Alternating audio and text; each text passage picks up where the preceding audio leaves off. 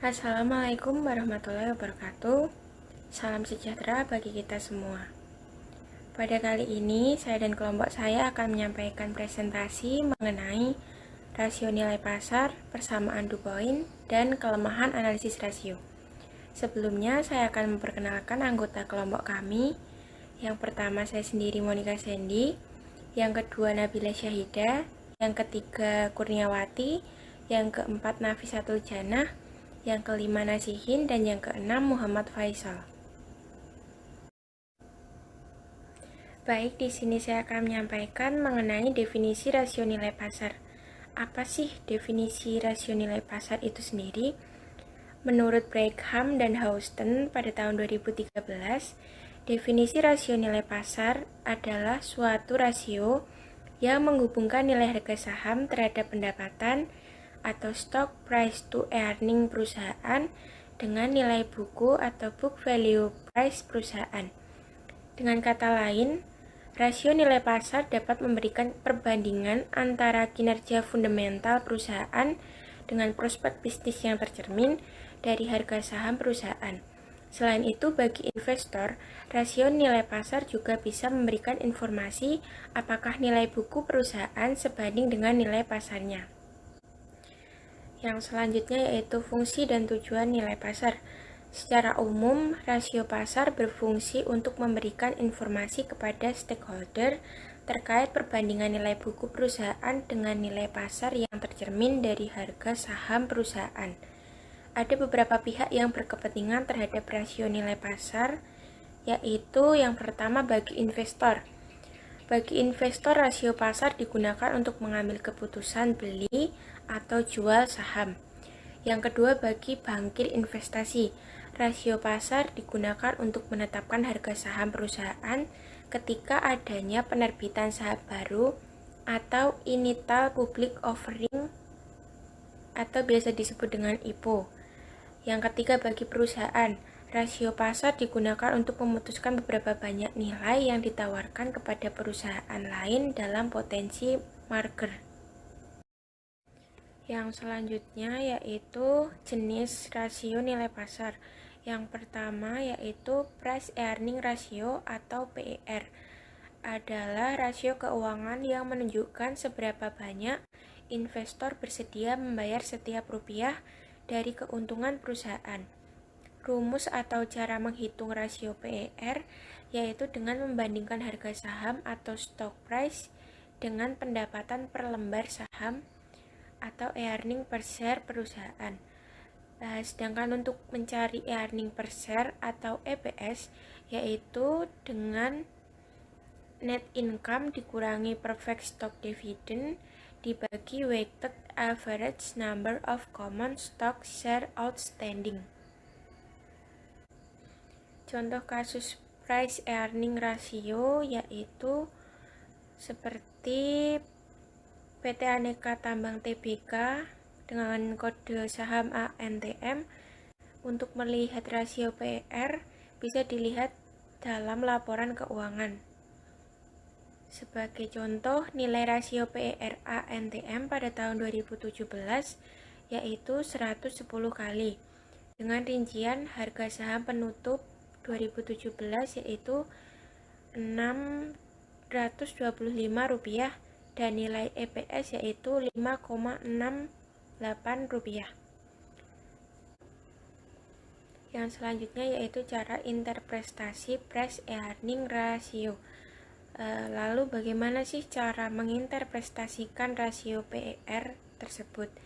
Jadi nilai PER menunjukkan berapa harga atau nilai yang ditempatkan investor di pasar saham untuk setiap rupiah pendapatan yang dihasilkan perusahaan. Dengan kata lain, rasio PER perusahaan bisa menjadi cerminan dari kinerja keuangan perusahaan. Misal, PT ANTM memiliki PER sebesar 110 kali pada 2017. Artinya, harga saham atau stock price perusahaan bernilai 110 lebih besar dari laba per lembar saham atau earning per share perusahaan. Cara analisis price earning ratio. Cara menentukan nilai PER yang tinggi atau rendah, maka bisa dilakukan analisis. Cara analisis rasio keuangan yang umum digunakan yaitu dengan metode perbandingan industri atau industry comparison. Dengan kata lain, rasio per ANTM dibandingkan dengan rasio per industri, tepatnya industri pertambangan, karena PT Antam berada di sektor industri pertambangan. Nah, pada tahun 2017, per industri perbandingan diketahui sebesar 6,26 kali, yang artinya rasio per ANTM berada di atas rata-rata industri. Dengan demikian, nilai per ANTM dapat dikatakan sangat tinggi. Yang kedua yaitu Market Book Value Ratio. Market to Book Value atau lebih populer dengan Price to Book Value Ratio adalah rasio keuangan yang memberikan informasi bagi investor terkait nilai buku dan harga saham. Dengan nilai buku per lembar, MBV atau PBV sama dengan stock price dibagi book value per share. Rumus untuk mencari book value per share sebagai berikut. Book value per share sama dengan common equity dibagi share outstanding. Contoh kasus market book value ratio adalah seperti sampel di atas, yaitu PT Aneka Tambang Tbk atau ANTM. Untuk melihat rasio Price to Book Value (PBV) bisa langsung dilihat dari laporan ringkasan kinerja perusahaan yang tercatat. Diketahui rasio PBV ANTM pada 2017 yaitu 0,81 kali dengan rincian harga saham penutupan 2017 yaitu Rp625 dan nilai book value atau BV yaitu Rp76,945. Cara interpretasi market book value ratio. Nilai PBV menunjukkan perbandingan harga saham perusahaan dengan nilai berikut. ANTM memiliki PBV sebesar 0,81 kali pada 2017. Artinya, harga saham perusahaan bernilai lebih kecil dari nilai buku per lembar atau perusahaan tepatnya 0,19 kali lebih kecil. Nilai MBV atau PBV yang kecil dari 1 kali dapat mengindikasikan bahwa harga saham perusahaan terbilang masih murah, sehingga ada potensi untuk mendekati harga wajar. Dan berlaku sebaliknya, rasio PBV yang lebih dari 1 kali menunjukkan harga saham lebih tinggi, harga saham mahal. Cara analisis market book value ratio. Menentukan mahal atau murahnya harga saham perusahaan perlu dilakukan analisis. Salah satu caranya yaitu analisis price to book value atau PBV, yaitu dengan membandingkan nilai PBV suatu perusahaan dengan nilai PBV industri. Rasio PMV ANTM tahun 2017 yaitu 0,18 kali, sedangkan nilai rata-rata PBV industri sektor pertambangan misalnya 1,5 kali. Artinya, rasio PBV di bawah rata-rata harga saham. ANTM terbilang masih murah. Di sini saya akan menjelaskan tentang analisis DuPont. DuPont analisis atau analisis DuPont ini digunakan untuk menganalisis laba rugi dari sebuah perusahaan atau bisnis. Analisis ini ditemukan oleh DuPont Corporation pada tahun 1920. Adapun rumus dan komponen dari analisis DuPont ini yaitu margin laba bersih dikali perputaran aset dikali pengganda ekuitas. Masing-masing faktor ini mewakili formula terpisah. Saat kita mengganti faktor persamaan analisis DuPont dengan rumus yang membentuk setiap komponen, maka analisis DuPont ini menjadi laba bersih dibagi pendapatan dikali penjualan dibagi rata-rata total aset dikali rata-rata total aset dibagi rata ekuitas pemegang saham. Terima kasih. Sekian penjelasan dari saya. Penjelasan selanjutnya akan dijelaskan oleh Saudara Nasihin. Baik, di sini saya akan melanjutkan dari materi analisis DuPont. Berikut adalah informasi lebih lanjut tentang setiap komponen rumus analisis DuPont. Yang pertama yaitu margin keuntungan bersih. Margin keuntungan bersih yaitu rasio yang mewakili persentase keuntungan yang tersisa dari bisnis untuk setiap dolar pendapatan setelah dikurangi pengeluarannya. Kita dapat menghitung marga laba bersih dengan membagi laba bersih perusahaan dengan total pendapatannya. Jika ditulis dengan bersamaan, maka rumusnya yaitu margin laba bersih sama dengan laba bersih dibagi dengan pendapatan. Selanjutnya ada total perputaran aset. Total perputaran aset yaitu rasio yang menunjukkan seberapa efisien bisnis dalam menggunakan asetnya untuk melakukan penjualan dan menghasilkan pendapatan. Untuk menghitung perputaran total aset, maka kita menggunakan persamaan yaitu total perputaran aset sama dengan pendapatan dibagi rata-rata aset. Selanjutnya ada pengganda ekuitas. Pengganda ekuitas yaitu untuk mengukur leverage keuangan perusahaan dan mewakili bagian dari rasio pengembalian atas ekuitas perusahaan yang dihasilkan dari utang. Adapun persamaan rumusnya yaitu pengganda ekuitas sama dengan aset rata-rata dibagi ekuitas rata-rata. Sekian dari saya. Untuk selanjutnya, poin selanjutnya akan disampaikan oleh Mas Faisal.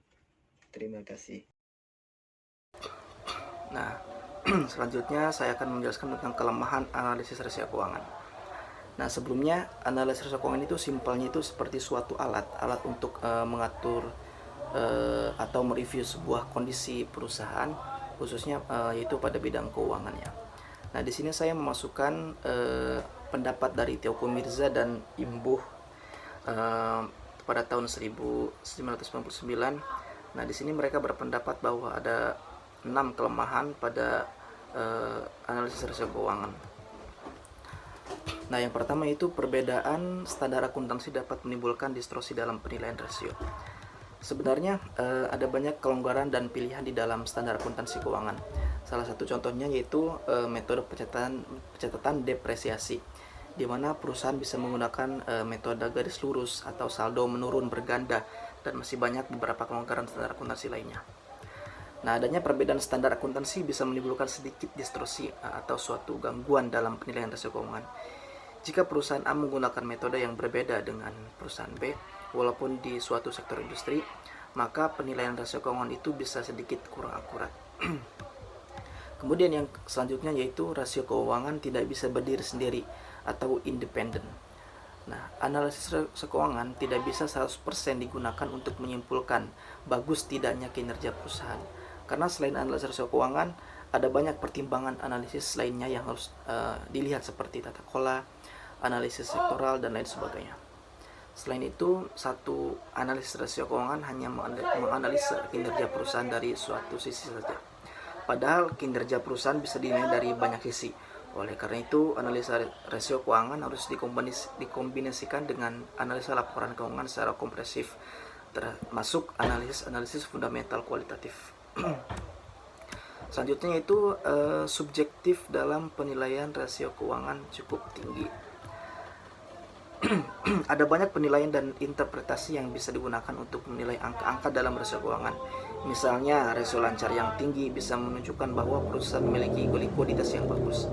Tapi di satu sisi, bisa jadi rasio lancar besar terjadi karena perusahaan menumpuk aset lancar terlalu banyak dan kurang efektif dimanfaatkan. Sehingga rasio lancar yang besar bisa jadi pedang bermata dua.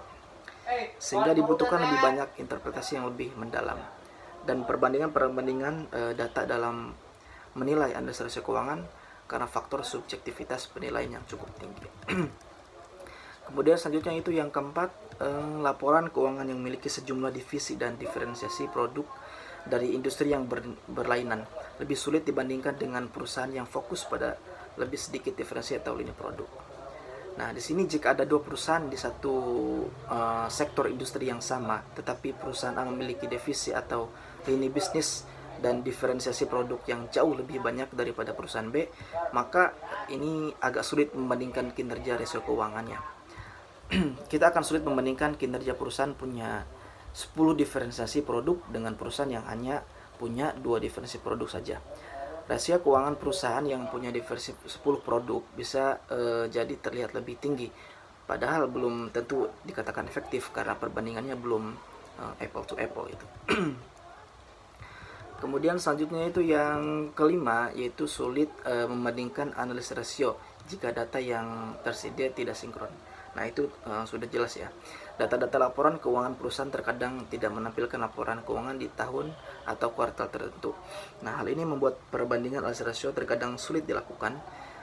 Jika ada satu data saja yang tidak tersedia, perbandingan analisa rasio keuangan bisa menjadi titik sinkron dan sulit dilakukan perbandingan kinerja analisa. Kemudian yang selanjutnya itu yang keenam, yang terakhir, praktik window dressing yang bisa membuat laporan keuangan terlihat bagus. Seperti yang kita ketahui, perusahaan bisa melakukan aksi window dressing di akhir tahun, yaitu kayak mempercantik laporan keuangannya dengan menggunakan standar akuntansi atau manajemen laba, sehingga lebih menarik di mata investor. Nah, aksi window dressing di laporan keuangan bisa membuat penilaian analisis rasio keuangan menjadi jauh lebih subjektif untuk dianalisa. Nah, jadi itulah beberapa kelemahan analisis rasio keuangan. Nah, jadi analisis rasio keuangan hanyalah perbandingan satu atau dua akun dalam laporan keuangan. Faktanya untuk memahami kinerja keuangan, kita harus tetap bisa membaca keseluruhan isi laporan keuangan perusahaan. Tentu saja tanpa paham cara analisa rasio keuangan, kita juga tidak bisa memahami analisa rasio keuangan lebih mendalam. Kelemahan rasio keuangan dalam praktiknya, walaupun rasio keuangan yang digunakan memiliki fungsi dan kegunaan yang sama, yang cukup banyak bagi perusahaan dalam mengambil keputusan, bukan berarti rasio keuangan yang dibuat sudah menjamin 100% kondisi dan posisi keuangan yang sesungguhnya terjadi seperti hasil perhitungan yang dibuat. Memang dengan hasil rasio yang diperoleh, paling tidak dapat diperoleh gambaran yang seolah-olah sesungguhnya terjadi, namun belum dapat dipastikan menjamin kondisi dan posisi keuangan yang sebenarnya. Itu karena rasio keuangan yang digunakan memiliki banyak kelemahan. Ada beberapa keterbatasan analisis rasio menurut Harahap 2011. Yang pertama, ada kesulitan di dalam memilih rasio yang tepat yang dapat digunakan untuk kepentingan pemakainya. Jadi, dalam memilih rasio itu perlu adanya menganalisis keadaan keuangan perusahaan. Hal ini yang sangat umum dilakukan, di mana akan memberikan pengukuran relatif dari operasi perusahaan. Jika tidak memilih rasio yang tepat, maka akan menjadi kesulitan untuk kepentingan pemakainya. Yang kedua, ada keterbatasan yang dimiliki akuntansi atau laporan keuangan, juga menjadi keterbatasan teknik. Yang pertama, ada bahan perhitungan rasio atau laporan keuangan itu banyak mengandung taksiran dan jangmen yang dapat dinilai bias atau subjektif. Yang B, ada nilai yang terkandung di dalam laporan keuangan dan rasio adalah nilai perolehan cost, bukan harga pasar. Yang C, ada klarifikasi dalam laporan keuangan bisa berdampak pada angka rasio. Yang D, ada metode pencatatan tergambar dalam standar akuntansi bisa diterapkan berbeda. Yang tiga, jika data menghitung rasio tidak tersedia, akan menimbulkan kesulitan menghitung rasio tersebut. Poin keempat, ada sulit jika data yang tersedia itu tidak sinkron. Yang kelima, dua perusahaan dibandingkan saja teknik dan standar akuntansinya yang dipakai itu tidak sama. Oleh karena itu, jika dilakukan perbandingan bisa menimbulkan kesalahan. Dari kelemahan analisis rasio dapat disimpulkan bahwa keterbatasan yang ada dari analisis rasio itu yaitu masih mengalami kesulitan jika data tidak tersedia. Apabila data yang tersedia tidak sinkron, juga mengalami kesulitan dalam pemilihan rasio yang tepat untuk setiap perusahaan, karena setiap perusahaan satu sama yang lain, teknik dan standar akuntansinya yang dipakai juga tidak sama, serta dalam analisis ini mengandung taksiran dan jangmen yang dianggap subjektif dan berupa nilai perolehan atau kos, bukan nilai pasar. Nah, jadi itulah pembahasan dari kelompok kami. Kurang dan lebihnya kami mohon maaf. Terima kasih. Wassalamualaikum warahmatullahi wabarakatuh.